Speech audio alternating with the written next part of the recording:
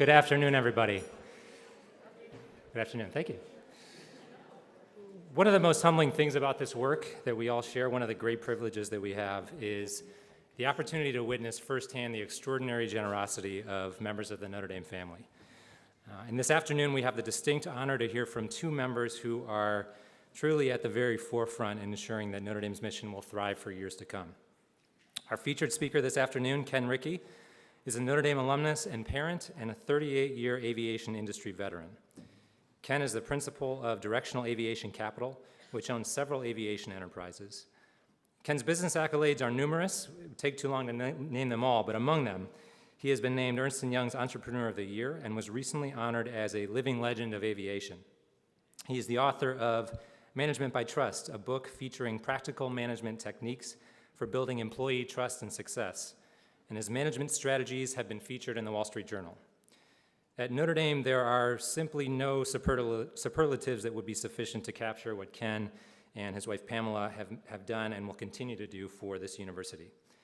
In 2017, Kenn and Pamela made history when they announced the first ever $100 million unrestricted gift to the university. Yeah.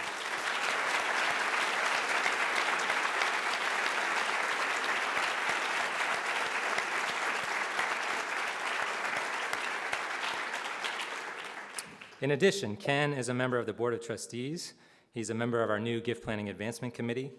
He's on the Boldly Campaign Cabinet, the Kavanaugh Council, and in addition to his extraordinary planned gift, Kenn and Pamela made a gift in 2016 to establish the Ricci Family Fields, which is our beautiful new home for the Band of the Fighting Irish. And to lead a conversation this afternoon with Kenn and his extraordinary first-of-its-kind planned gift, and to also share some initial remarks about the Love the Notre Dame initiative, I'm very pleased and honored to welcome as well John Coyle. John and his wife Jill, who is here with us as well, are alumni and proud parents of 3 children, one who's a recent Notre Dame graduate, 2 who are moving back in, I should say 1 moving back in this weekend and 1 moving in as a freshman. So needless to say, John has much more important business this weekend than being with us. John is partner and head of North America for Permira Advisors and a member of their executive committee. At Notre Dame, John serves on the Boldly Campaign Cabinet and Wall Street Leadership Committee. He is co-chair of this year's Invest Like a Champion conference and also leads a new Notre Dame CEO conference. John's wife, Jill, serves on the Undergraduate Experience Advisory Council and is a member of the Women's Initiative Steering Committee. And they have not only been incredibly generous with their time and talent, but also their treasure, providing remarkable support through the establishment of the Coyle Mission Professorship Fund, 2 endowed funds to support African American scholars on campus, and are members of the President's Circle.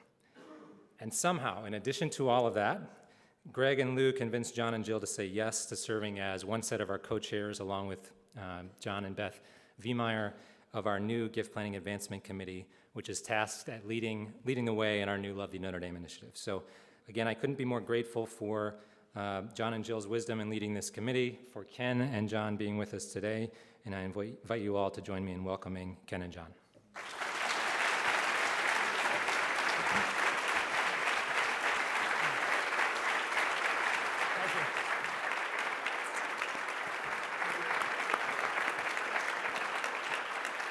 So thank you for including both Kenn and me. Really an honor to be part of this group and an impressive group, I know, across so many different wonderful things that happen at Notre Dame because of all of you. And we all know that South Bend, Indiana, Notre Dame is an important place, but all of you take Notre Dame and South Bend onto the road every day through the Alumni Association and through all you do for the Development Office and the related groups. So we both wanted to really thank you for all your hard work. You have no better product in the world to sell, which is Notre Dame. But it's really an honor and a privilege to be part of this group. We're also very aware that we're in the death slot of right after lunch. Yeah. And I somehow got talked into wearing a tie, and Kenn doesn't have socks, so I think we could have used a little more guidance on the dress code. But, and I now regret bringing my wallet, because if I could somehow survive 250 of you trying to get it. So we'll see what happens here. So just a little bit very quickly about why I am here. So my parents, my father was one of four. His parents were from Ireland. His mother died when he was 5. His father died when he was 7, leaving the 4 kids really on their own, and he was the oldest. And he ended up sort of being traded around a little bit from family and friends, and ultimately grew up in the seminary. And then meanwhile, my mother is from Fond du Lac, Wisconsin, one of 7. Her father was a dairy farmer. And she was the only child to go to college, and she did that through our ROTC program that led her to Fort Mason down in Georgia. And that's where she met my father, who at the time was a chaplain's assistant, on his way, in theory, to being a priest, because, of course, he grew up in the seminary. I don't think he would have made a good priest, given he pretty quickly started dating my mother, which makes for some interesting photos of, he had like the full-on, garb. But whatever, it was the 60s, so not my job to judge.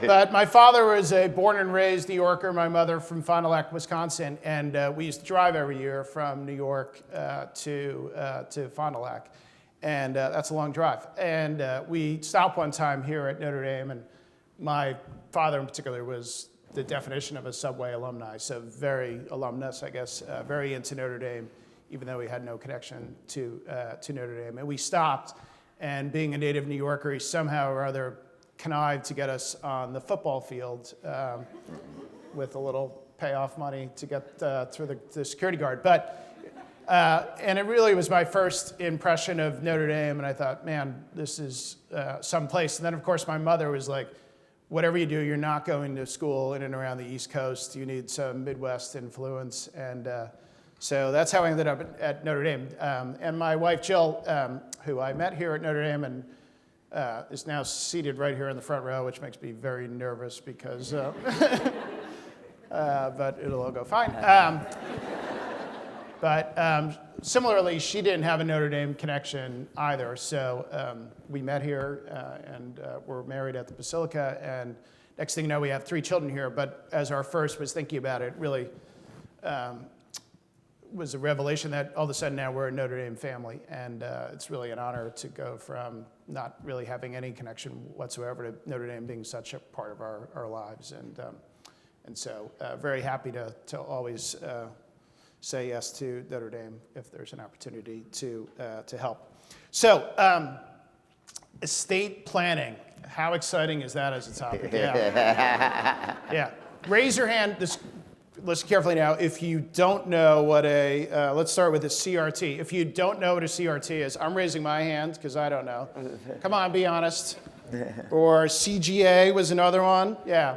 So I think one of the points that Ken and I want to get across today is don't be intimidated by this topic because really it's just an ongoing discussion that, as Ken will talk about, is really furthering a relationship that you all have with graduates of Notre Dame and benefactors of Notre Dame. And really our goal of the Love Thee Notre Dame campaign is just to continue that conversation and deepen that conversation. And no one wakes up thinking, man, I'm really excited to talk about my estate because it's an acknowledgement that you will die one day, which most people don't want to think about. As only Lou would describe, he's like, no, you don't die, you just mature. So I think we can do better than that, Lou, but we'll see. And then two, of course, it immediately involves lawyers, accountants, and decisions around how much money do I want to leave for my children, the right amount, the wrong amount. But sooner or later, you got to start tackling these things, and certainly most people at Notre Dame, it's on their radar or something. And I think we're in a wonderful position because of people like Rich and TJ and Greg and Scott Malpass and all of you to help them with that conversation. And so that's really the goal of what we're trying to do at Love Thee Notre Dame is deepen that relationship and further that discussion and really just become part of that discovery that they will have as to what they want to do as they think about their estate planning. At the same time, we have hard goals. I know this was mentioned this morning, but I'm going to mention them again. So $1.1 billion, which when they first told the V. Myers, John and Beth, who are helping as well, and along with, we have a total team of 29 people, 1.1 billion. I'm like, whoa, that's a big number, but Rich tells me it's in the bag already. Where's Rich? He was like, Mr. Good News. Well, that's a big number. So, and of course, it's only over 3 years, which happens very quickly. And so we're going to need everyone's help in the room to get there. We're looking for 1,000 new Baden Guild members, trustees, just doing okay. And Ken's going to make sure we deliver on this. But we have 55% of the trustees. Someone decided we want to get to 85. I'm sort of thinking we want to get to 100, but we'll be somewhere there. So that's part of the goal. Advisory council members, we're right around 40%. We at least want to get to 60.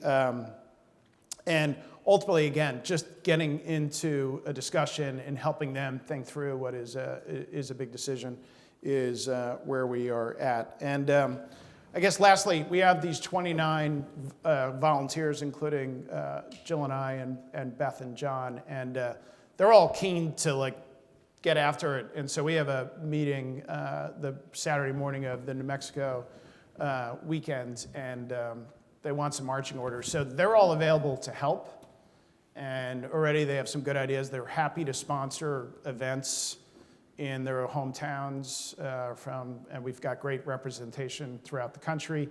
They are happy to sponsor events in and around their councils, and so particularly for those that aren't quite sure how to approach this or have some high potential candidates, we'd love to be employed to help you further that discussion. And of course, Rich and TJ, we're really fortunate to have the two of them who are expert in this, and we'll certainly be relying on their help.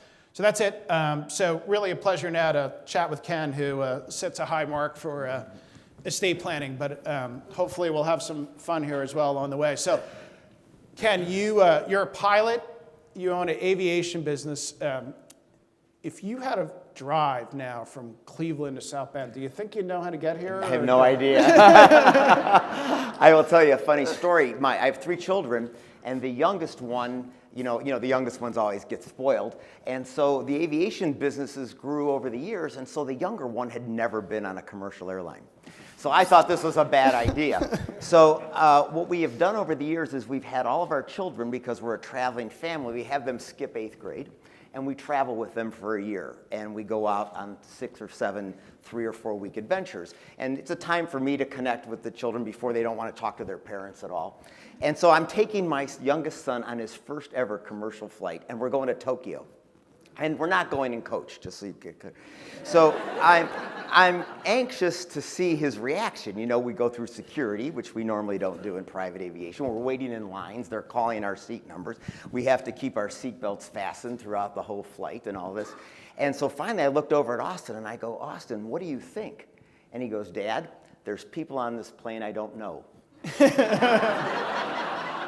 So his perception of flying private was that there's only my friends and family. There you go. Well, good for Austin, that experience. Yeah. So you're a pilot. I think you've flown some pretty interesting people. Let's start with Bill Clinton. You, I think, were his captain during his first presidential campaign. So how did that happen? So I had a background of flying celebrities. And the reason you do that is because you do these short-term stints. They're like 6 months. You do a concert tour. And I did Barbra Streisand. I did Bruce Springsteen. And you'd go out on this, and you'd get paid extra. But then you were unemployed for a while. And so somebody called me up and said, have you ever flown a political campaign? And I said, I haven't, but how long is it for? Because the whole thing is about how long are you going to get paid for? And they said, well, it's 13 months. And I said, well, what's the guy running for? He said, we're running for president. I said, well, who is it? He said, it's the governor of Arkansas. I said, the governor of Arkansas is not going to need a plane for 13 months. This guy has no chance of becoming president of the United States. And lo and behold, I flew him to the inauguration, which I'll share was one of the most amazing. We flew into Charlottesville because he wanted to come from Jefferson's hometown. And when I came back, I'd been flying him now for 13 months. And, that's kind of their respite. There's no reporters on the plane. They can come out with no socks. And so they, and I got up to say goodbye because now they get to use Air Force One and they get to do all that. And Hillary and Chelsea and him were locked in a crying embrace. And it still, to this day, brought so much humanity. But it's not a political thing. It's just a statement about imagine your family and what you would think if you were about to take on that responsibility. Wow. So it was very special to spend time with him. So, space, the next horizon for Kenn Ricci? And yeah, I hope. I had the honor of giving Jeff Bezos an Entrepreneur Award for his work with Blue Origin. And I did that on purpose so I could get on one of the tourist flights he's got going. There was method to my madness. But yeah, space is very interesting because the question would be, how many in the room would think we want to go to Mars? How many want to go to Mars next? Okay, a few Martians. How many people think the moon's the place to go? So, and the fact of the matter is, we're confused. And we've just recently changed from we were going to Mars, and then we went back to the moon, and NASA works on a 15-year plan. So they've actually been building the wrong rockets. And so it's interesting. One of the people that I've known through my involvement with aviation is Buzz Aldrin, who was the second man to walk on the moon, and they just celebrated the 50th anniversary. He'll tell you the story that he should have been the first man to walk on the moon because Neil Armstrong had a big ego, and he was the commander, and the captain never leaves the ship. The captain should learn to fly the ship, and the second in command should have gone first. That's Buzz's theory, and it didn't work out. Yeah, but there's this thought process now that Bezos agrees with, that Bezos thinks, that he purports a lot, that as I've read through it makes a lot of sense. And the logic is this, that if we continue on the growth of society, so if we go from 8 billion and over the next 150 years we continue to grow, we're going to have one of two restrictions. We're going to run out of kilowatts. There won't be the ability to make enough energy to support 15 billion people on this planet. So his theory is that we have two ideas. We either have to find other ways to go elsewhere, which is space, or we have to somehow limit population control. There's no other alternative. And so their idea is that we don't really go to Mars, we don't go to the moon. What we do is we create these low orbit cities. That one would be manufacturing, and they'll make the ball bearings, and it would be, toxic, and another one would be a vacation planet, and you would just simply commute up and down, as opposed to trying to make a 6-month journey to Mars. So it's interesting to be on the leading edge of, so many entrepreneurs are now in that business. So we'll see what happens. And the last thing I'll say too, then we can leave space and get on to giving. But they built the space shuttle wrong. I've seen the original model. The expensive part of a rocket ship is the booster. And so the orbiter, which held the astronaut, is the inexpensive part. And so what you wanted to preserve for cost savings is what the expensive part is. So the original idea was to always fly the booster back and land it and use the astronauts to re-enter in a capsule. But the astronauts like to fly, so they flipped it around. And that's really what caused the space shuttle to become so expensive. Jeez. Yeah. All right. All right. Anything else you want to talk about? Thank you. I'm sorry, I need to go. Just let me know when the vacation planet. Maybe Austin and I could check that out together. Yeah. So how did you end up in Notre Dame? Why are you here? I came here by accident.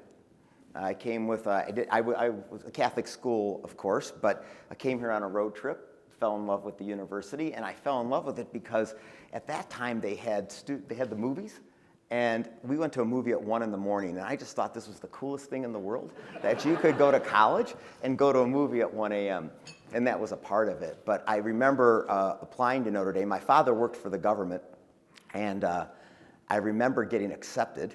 And we lived in a 900 square foot house with very thin walls. And I remember listening to my parents talk about arguing over, can we send them? We can't afford to send them. How can we do this? And I had a visit the following week to come to the university.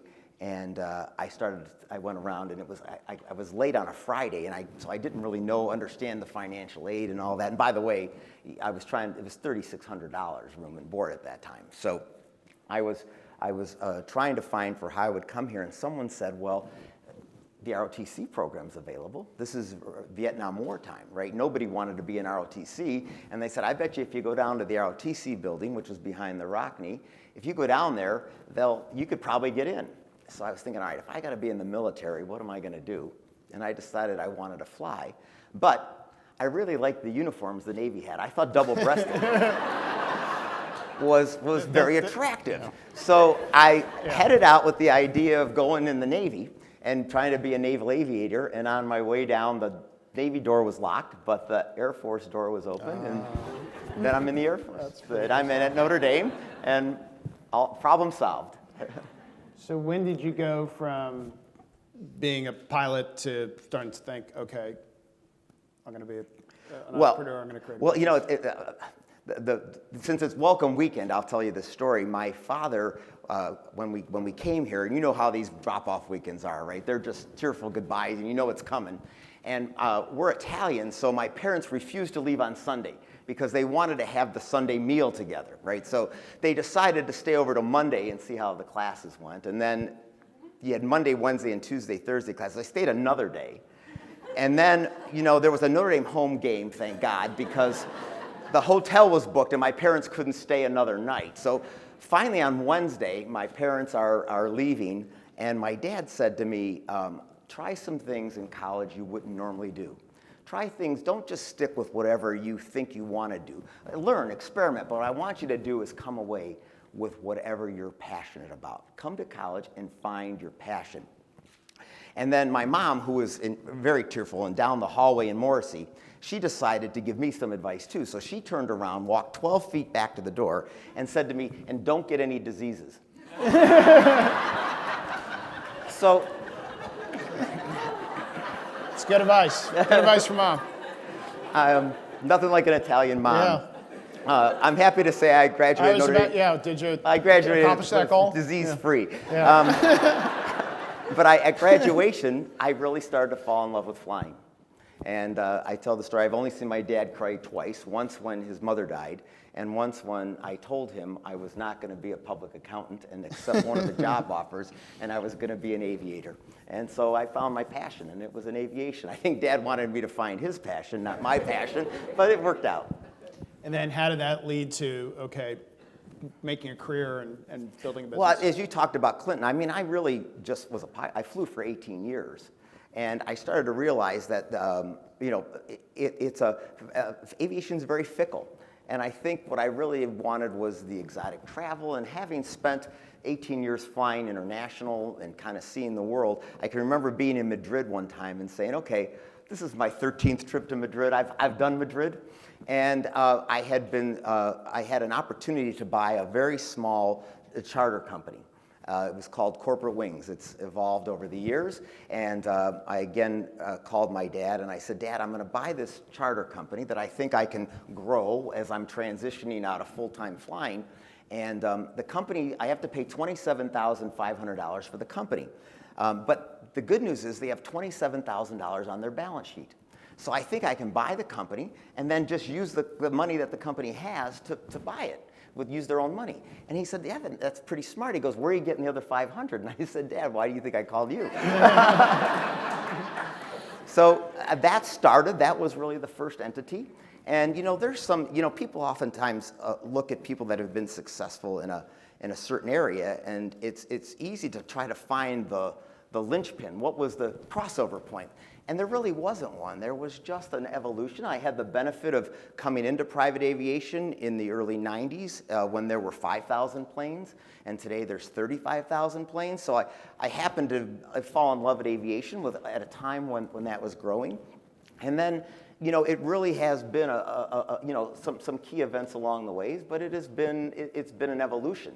But the number one thing I say about it is people can study a way to do business, or they could do some business in something they love.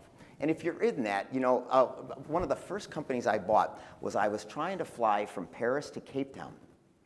And at those times, we didn't have GPS. We had what was called an INS system, and it broke. And so we couldn't make the flight because you can't find something 10 hours away without navigation. And so I went to get it fixed, and it was $35,000 at that time to replace it. And if I wanted one right away, there was a $25,000 charge to get a loaner while they fixed the other one. And I kept thinking, there's got to be a cheaper way to do this. And so one of the first companies I started was a company that figured out how to lower the price on these specific inertial airline types. So being in the aviation profession and living that life opened up, it created opportunities and ideas. And when did the first dawning epiphany around, okay, I've done well, I want to start giving back? When did that happen? 1989. So when you're a pilot, you read a lot because you have a lot of layover time and so on.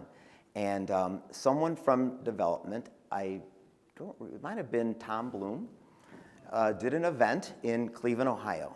And he called me up, and they invited me through the alumni club, you know, because I was very active in that, and that was my So they had a little private dinner, and he called me up and said, would I be out of line if I asked you for a gift of $5,000? And you could do it over several years. And I think that caused me to think. Now I have to retract a little bit. I had the benefit of getting to know Father Hesburgh when I was here. As you could tell, I was never a shy student. And I was also a late night student, so that put Father Hesburgh and I in kind of the same schedule. And about my junior year, where I was thinking about business, and you know, I think I was sorting out just a lot of things about what my role. I always came, as many of us do as Catholics, come with a role of what are we doing beyond just a profession? I mean, why is our life important besides just what we get up and do every day? And I had an opportunity to tell Father Hesburgh, and I said, Father, I have a problem because I think God gave me a shitty gift. I think that I got this gift for an ability to connect money. I can connect a balance sheet, a financial statement. I was in accounting. I can still to this day digest a balance sheet very quickly. I can see transactions very easily. And I said, this is a really bad gift, because what am I going to do with this, right? If I had the gift for medicine, if I had the gift for changing if I could do environment, there's so many good gifts. This really looked to me like a bad gift. And Father Hesburgh said to me, Ken, God gave you that gift to challenge you. He knew you could take on the challenge. He said, that's a very difficult gift, because you always live on the precipice of, is it about me or is it about them?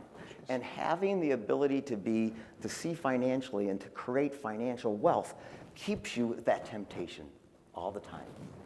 And so in 1989, and this has been in my mind ever since my days at Notre Dame, to make sure that I was always figuring out how to translate what was on the bottom line to what impact it could make. And maybe we'll talk about a few things we do in the companies today.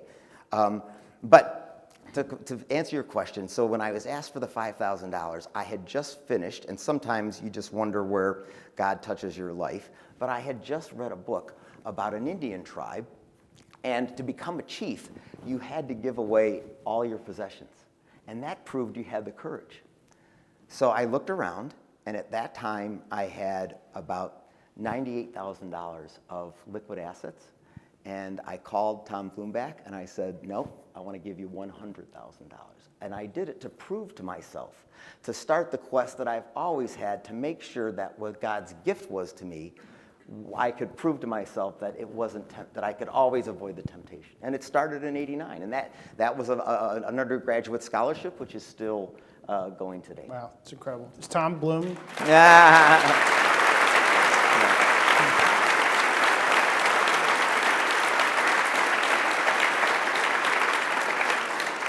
But Tom Bloom's not here today, but I'm sure Greg will impart that lesson. Ask for more. That's an incredible story. But okay, so 5,000 to 98 to 100 million. Today, if you're in your 60s and you're married, the likelihood that at least one of you is going to live till 90 is 65%. Mm-hmm. And that number is only going to go up over time, given all of us are more aware than ever of the need to take care of our health throughout our lives in modern medicine. But as I was saying earlier, therefore, not many people in our generation cohort really start thinking about long-term giving, and rightfully so, or more focused in on more immediate giving. And of course, Notre Dame people are so incredibly generous, but it's pretty exceptional how you started the conversation with Notre Dame about marrying that short term and the long term, and your vision for doing something that could achieve a lot of good in the short term, but also have so much flexibility in terms of where things lead. So how did that whole discussion and just talk about from like inception, how long it took and who got involved? Well, yeah, let's look at it at the higher level. First of all, we think it's a long time, right? But none of us really know. And I think part of it was to plant a stake in the ground, because we don't know when we hit that stake. So number one, I viewed it as, an estate gift. It is the last time you get to speak to your audience, whoever that is, your family, your friends, your church, your school. It's the last time you get to say what your life was about. Really, I mean, you speak to what your legacy is, to what was in. I'm not talking about legacy and money. I'm talking about whether it's $1,000 estate, right? If you gave it to your nephew, you're speaking as to what one of the important things was in your life. So I don't view the estate gift as kind of like a transfer of wealth. And I think when you start to go down that transfer of wealth avenue, right, you're maybe on the wrong side of the precipice from what Father Hesburgh and I were talking about.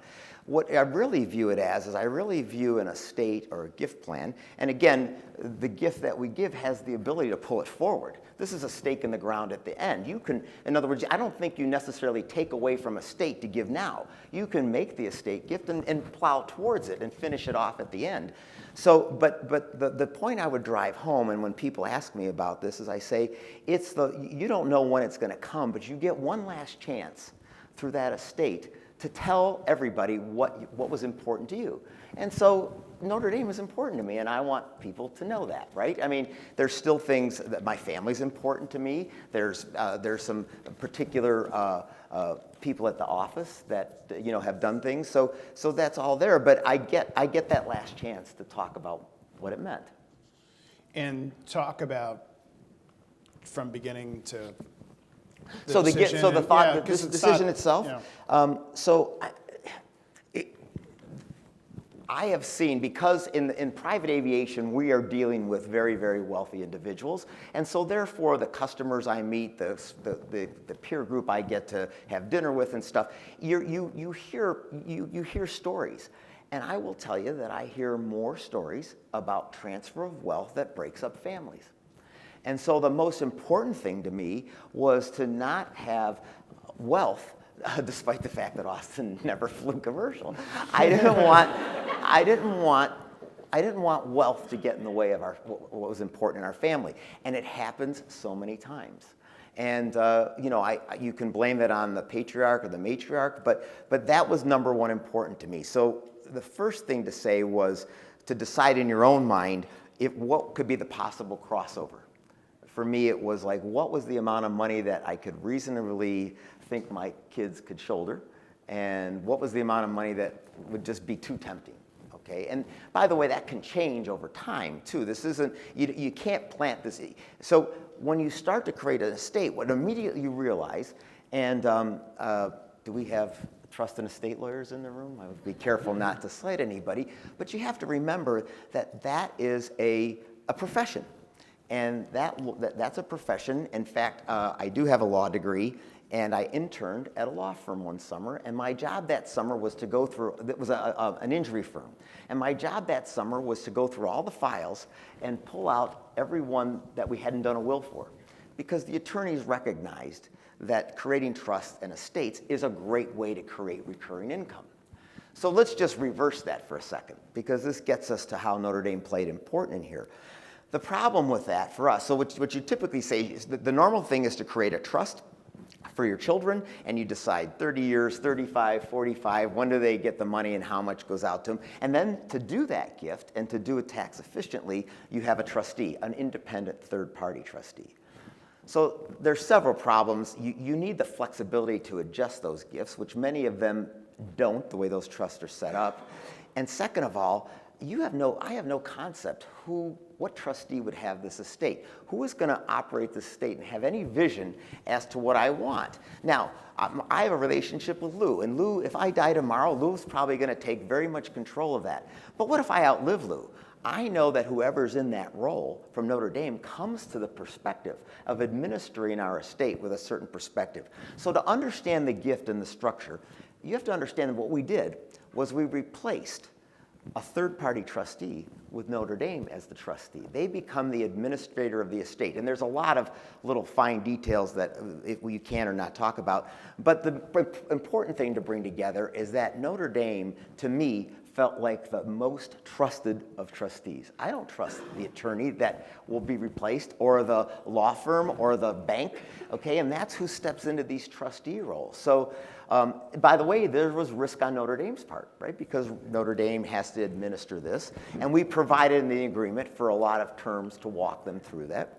And we did things to provide how much, how to regulate the kids. But the fact of the matter is that I did not want businesses to pass to children who don't want them.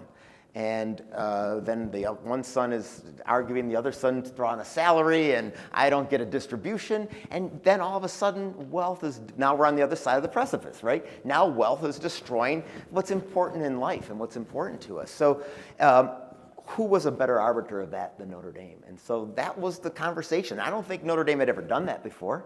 So I think we walked together to figure out how to create the format, and that's really why I wanted to be on the committee, because I think for people that follow that guideline, I can tell the story.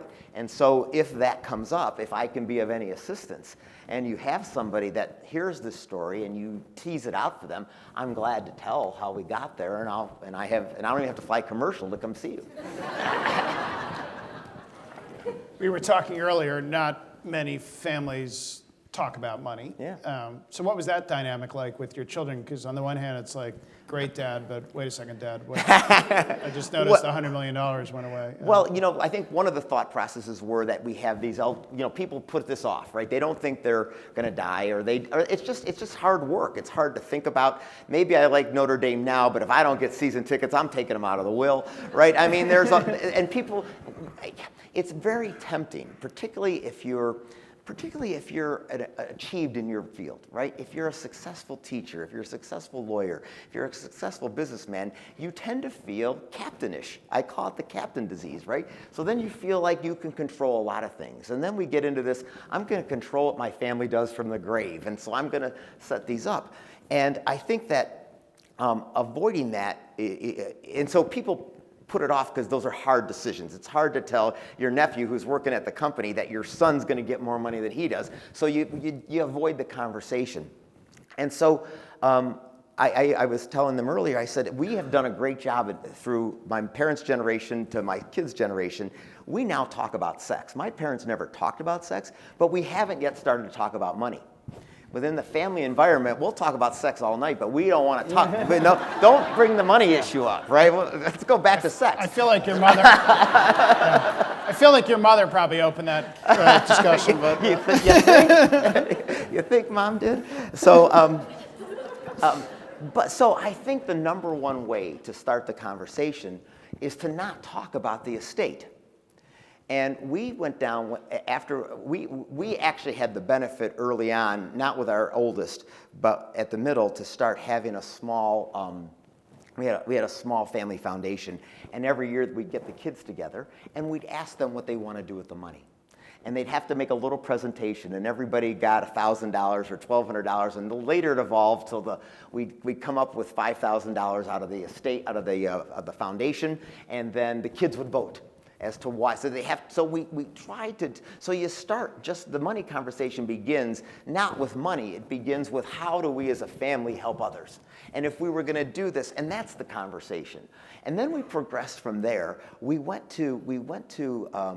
an advisor, and there's lots of them, so it's a great tool to use. We had an advisor come in and create a family dynamic. They do it in businesses all the time. You bring in your leadership team and you go, well, Lou's he's got a short temper. So when you're talking to Lou, you have to really, let it sit there for a minute. Well, what they do is they come in and they have this conversation around your family. And they just talk about what the mindset is. And you'll find that who in the family thinks artistically. And they're always thinking about the cats and the dogs. And the other people are thinking about, I don't want to spend any money. Dad spent too much money on planes, I'm not spending that money. So every family has a different dynamic. And you can't jump to the money if you don't understand the family dynamics. And so give it time to percolate, where the family, you can start by, I encourage people to start by finding out how the family can join in a giving vision, which many of our Notre Dame families already do. They already discuss helping their church, helping so on.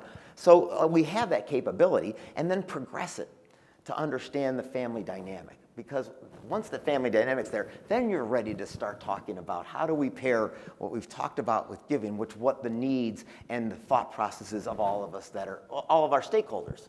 And and whoever that stakeholders may be, because not everybody's family is identical, that's who gets included in it. And so what mission statement have you developed? What, as you think about your family and the legacy that you'd like to leave, what are the priorities? So I don't want to get into this. I guess at a high level, I would say it's my money, okay? It's my money, and I'm not here to ask you what your priorities are. Yeah. I've clearly, since you know about the gift and you've been to the Ricci family fields and you've watched the band, you know what my priority is. Right. I don't have to explain it to you. Why don't you tell me what you think your priority is, right? Yeah. And then they cop out. They always go, well, Notre Dame too. And then except the youngest one, he goes, Dad, that Notre Dame thing's not for me. But I think it's not. I think I don't want. It's not. I've clearly identified what my priorities. Let each of them, because when you watch how they think, it'll help you. The evolution of where money goes and how you manage it is like step 4. So listen to what they want to do. You have a wonderful quote that I was looking at this morning at the time of the gift in October of 2017 about the level of trust. Mm-hmm. And to me, that corresponds to the fact that you gave an unrestricted gift, which mm-hmm. is a heck of a level of trust mm-hmm. with $100 million.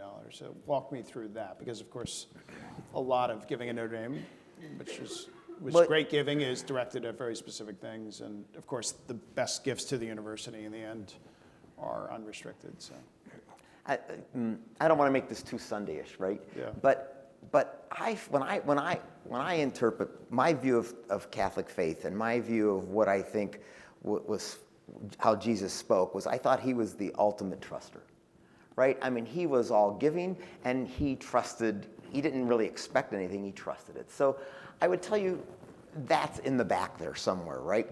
But somehow I translated that into a business plan, into a business policy, which is why I wrote Management by Trust, which is why it's how we run all of our companies today.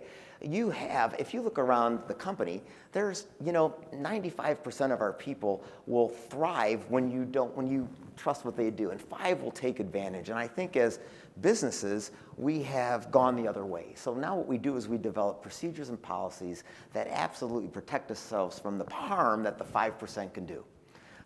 We don't give out yellow legal pads, because if we left the door open, you'd just steal them all, right? Well, yes, people are going to steal legal pads, but leave the flipping door open, because everybody else realizes, after how many legal pads can you steal before you just realize, okay, I don't need to steal.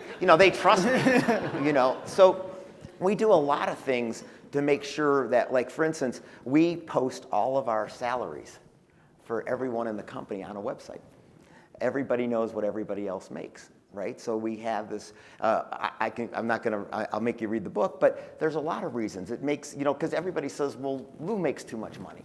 I should make as much as Lou. Well, that creates a conversation. What do you think Lou does, and how do you do this? So it encourages conversation about there. We have no meal allowances. You're hungry, eat.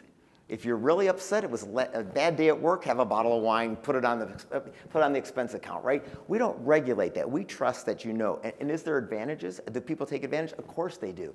But the cost of that is very small compared to building the trust there.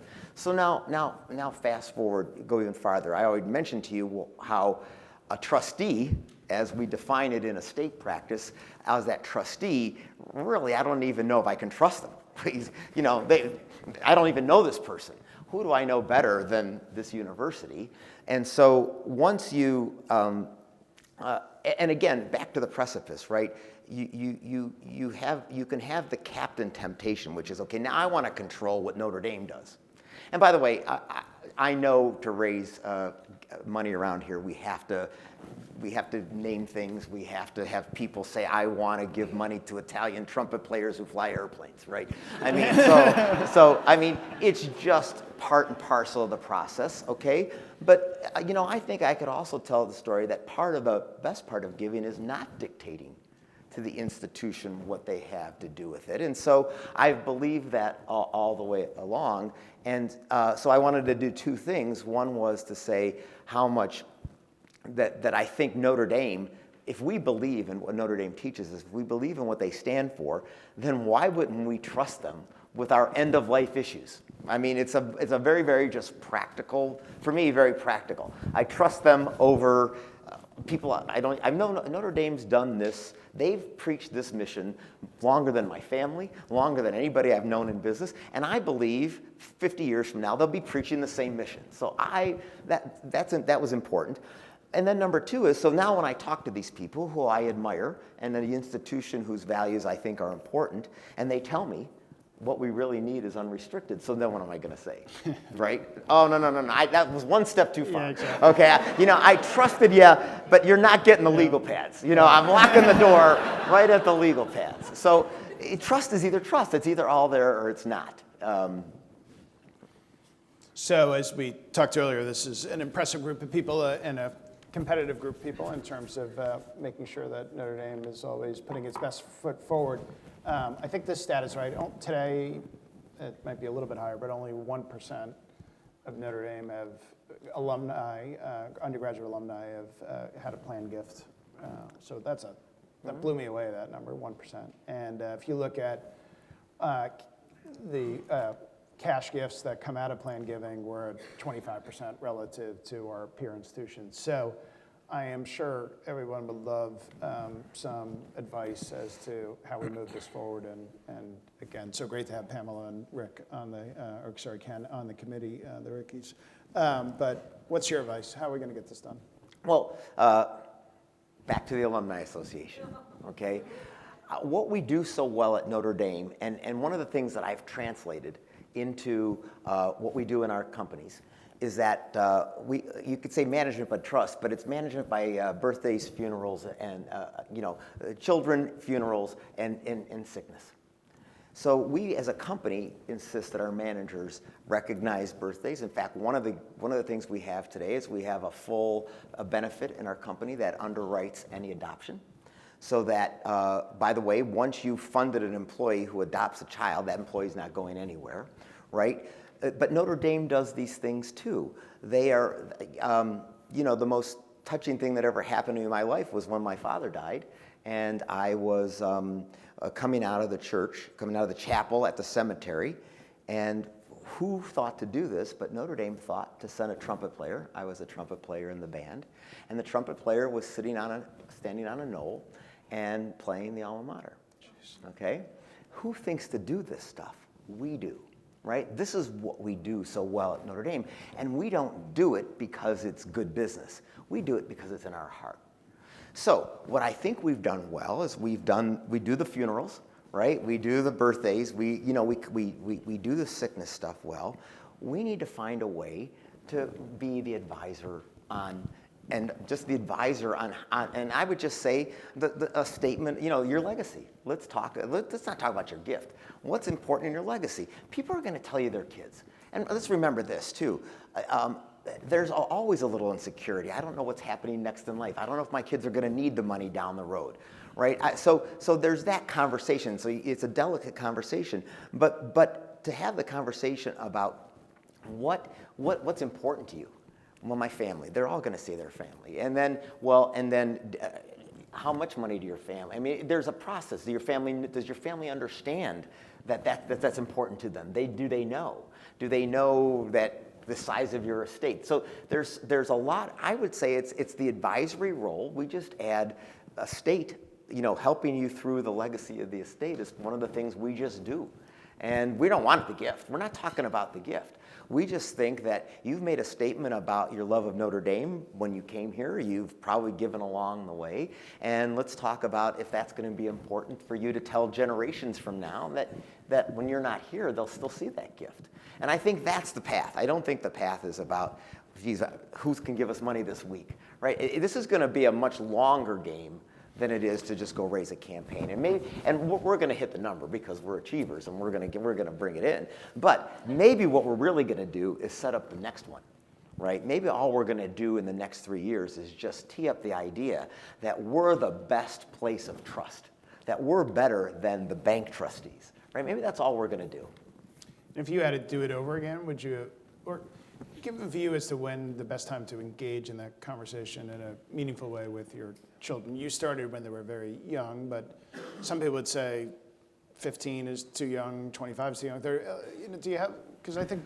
Well, I don't think it's ever too young, but I think it's what you're talking about, right? At 6 years old, we were discussing, what possible things, we'd give money to. Yeah. And of course, Austin was Disney, and we had to explain to him, Disney is not, that's not like somewhere we just, And then, of course, the little son of a gun, he found the nonprofit side of Disney. He found that they had some gift part where they took care of animals. So every year, Austin's presentation was the Disney Animal Fund, all right? But, right? It doesn't matter. What he was learning, right, was the process. He was learning the process of it. And so, yes, with the older children, I think if your children are all adults, I think it would be great for Notre Dame to conduct a seminar on family giving. And we bring in, we invite families to come for the weekend, and we have advisors, and we do an exercise with them on giving. We don't have to ask for any money. Let's just create the seminar, the vehicle. Who doesn't want to? We have so many nice programs here that develop, qualitative parts of our lives. So let's do that. Let's bring them in, and let's just bring in an advisor and show how personalities affect their perception of gifts, which is one of the amazing things. One child could see the fact that they got the most money as too much of a burden. Or my trust is the oldest, and other children will go, how come I didn't get all the money? But you don't know that. It's their personality, not yours. Yeah. I see so many families who try to true up. They try to find this thing, okay, well, the oldest one's trust grew, so now I'm going to make sure that I give to equality. Let's find out first if the kids think that's important. And by the way, if your kids aren't going to like each other unless they have an equal amount of money, then you failed somewhere else. Okay, then you've really missed the boat. Rich, TJ, where are you? Yep. Where's Rich? Rich. We and Lou and Ken and I had a quick lunch beforehand just to plan, and we all talk about diversity. I was the diverse candidate as the only Irish American with three Italian Americans. They kicked Dugard out, so I somehow survived that lunch. But I want to make sure, Rich, TJ, Lou, Greg, anything else you'd like to have Ken hit on, or anyone else? Any questions, any suggestions? We've got a couple minutes here. Yeah, any questions, suggestions? In the corner there, yeah. First of all, thank you so much. Might have been, no offense, Senator, but the best hour of the day. Do you happen to remember that book that you read about the Indian? I don't. Be nice for us to get down. Let's pretend it was a fake book. Let's make up a name and pretend it's out of print. But I understand what you're asking. Yeah. Okay, no more questions. I think there was another one down that way. Yep, please.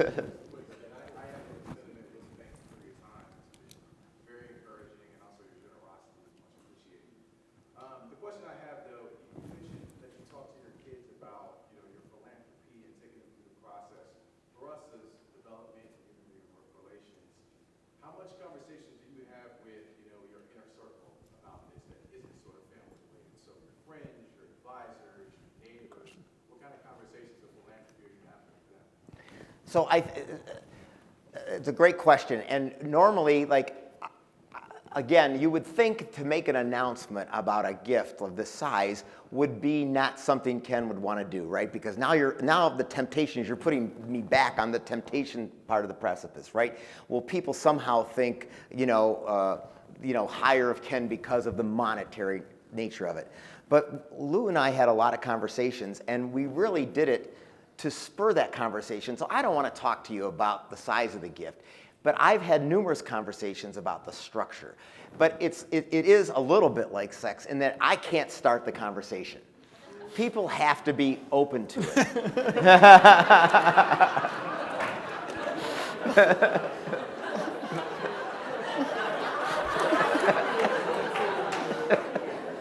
You know Father John's coming in. Yeah, I know.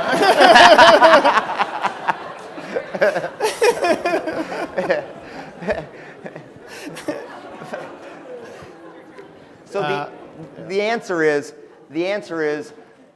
if you can tease it up, it's a great story. It's a hard story. All right.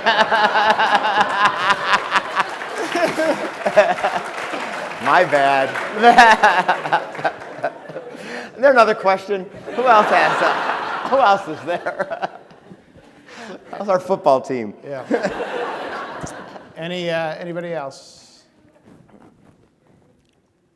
Please. Yes. Do you guys think, we deal with a lot of folks like in their late 40s, early 50s, if we were to approach you back then about estate gifts, what would you have thought, or how can we, get them to think about it earlier, more often? So for the record, I'm 53, so it's been a rough And how do week. you think about it? So it wasn't that long ago. Well, to be honest, I think it's a tricky conversation, and we were hitting on that a little bit earlier because for most people in that era, their kids are still a work in process, and they haven't even gotten to their peak they haven't really hit their peak earning years. They're still striving for an estate. I think that's, it's individual. Some individuals are ready, but I think that's premature. I think the conversation there is about how we develop a giving family, right? How do we think about giving long term and creating the vehicle with which that can mature? Yeah. Agree that. At the same time, I'd say two things. One, there's certainly some people that have enough of a view of their economic picture and where it is and where it's heading. And I think those people, one way or the other, have probably done something. So we talked about a donor-advised fund, which that one I do know, DAF. And I would suspect that a good percentage of people at Notre Dame have something like that. And who better to entrust with the donor-advised fund than Scott Malpass and the investment team? So I think that's an entree point. Two is most of them probably have a will or a trust or something. And when we had the planning discussion back in January, somebody said, well, I've got 4 kids. Notre Dame's my 5th kid. So that's how they think about it. And I think that's a great way to begin the discussion. And as Ken was saying earlier, we just want to be their advisor, another person to talk to who is not a lawyer or accountant by trade. In other words, working for a law firm or working for a private bank, and we can sort of be an independent voice to begin that discussion. And my goal is for the long-term Love Thee Notre Dame is just to get into that conversation, and maybe they just put us in the will for a nominal amount, but at least we're there, and then we continue that discussion over their lifetime, and that is part of the discussion that you have relative to their annual giving, to their giving to campaign, and then what they want to do in terms of long-term planning. So some of my peer group, business peer group, will say, I don't want to give money now because I'm producing, I can get so much return. So if I give you $1 million now, then all of a sudden I could have given you $10 million if I had waited 20 years, right? And there's some people that have that mindset, and that's the perfect opportunity to go, well, great, why don't you keep making the money and let's just put the planned giving into the will now, which Lou and I have worked with someone who did exactly that. I want to continue to earn my money. So you just said it, that's another way to approach it. I want to end where we started, which is to thank all of you and of course, great benefactors like the Rickies and Ken and Pamela are wonderful, but this place wouldn't be what it is without all of you, and you all have sacrificed more than the two of us or anybody else in terms of your passion, your commitment. I know firsthand how much you give up on your personal lives and your family time to be on call 24/7, from really great Notre Dame moments to really crappy trying to find them hotels and football tickets and parking spots. And all the BS that comes with it. And I'm not just the two of us thank you, but I know from all of us, cannot thank you all enough, each and every one of you, for all that you do for the university. Great. Thank you, Ken. Thank you. Thank you. Thank you. Great job. Thank Yeah, you. that's fun. Thank you. Yeah, it's good. Thank you.